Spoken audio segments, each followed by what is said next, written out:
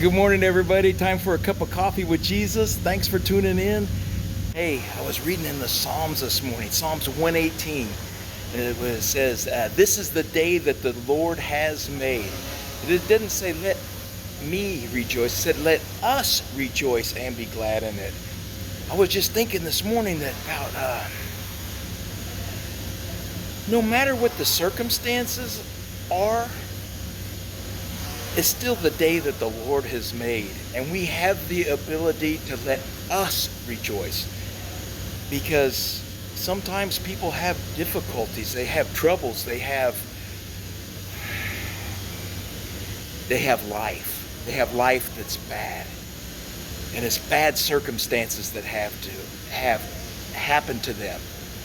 But despite those bad circumstances, I just can't help but think that, but this is the day that the Lord has made, and let us rejoice. And it's the rejoicing it's like the Lord made this day despite our circumstances. And it's our job to help one another, to lift each other up, and to have empathy and sympathy for others, and to have compassion for others in their bad day, and to encourage them and to remind them that let us rejoice in it, because sadness sometimes only lasts for a moment.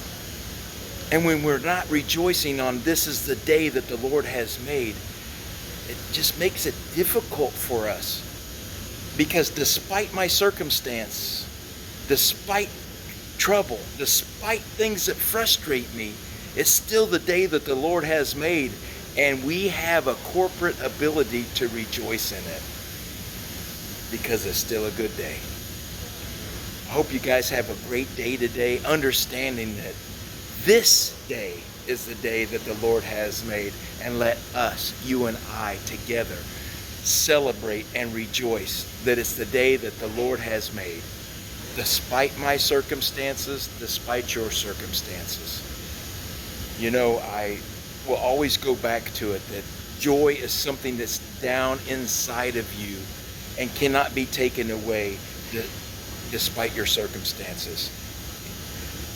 My circumstances may make me sad, but you can't have my joy.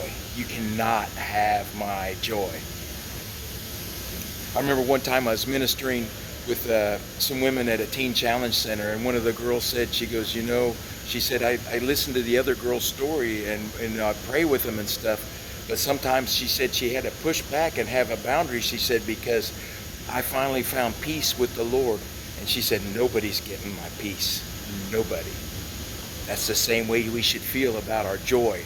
That despite our circumstances, I may be sad, I may be frustrated, I may be happy because somebody gave me a good prime rib dinner down in Oklahoma City. But despite all that, you can't have my joy. I can be happy, I can be sad, I can be frustrated, but I can still maintain my joy. There was another woman at our church that she gave a testimony that in the midst of, it was probably one of the most powerful testimonies that I've ever had, ever heard. And she gave the testimony that she had a granddaughter that was a stillborn. And I just thought, wow. And her other daughter was getting ready to get married a couple days later.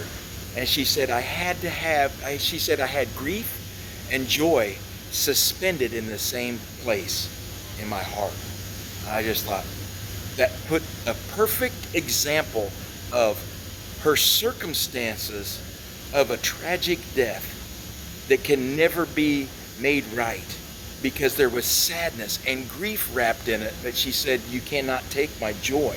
And she said, and they had to, at that point in time, be suspended and held in the same place, in the same space.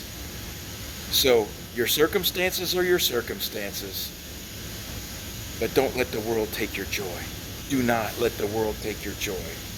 And remember that today is the day that the Lord has made, and let us rejoice in it. I hope you guys have a great day. I hope you get a good cup of coffee and understand that the Lord loves you, and He shines His face upon you, and that Jesus loves you. I love you. Absolutely nothing you can do about it. Have a great day, remembering It's the day that he made. See you soon. Goodbye.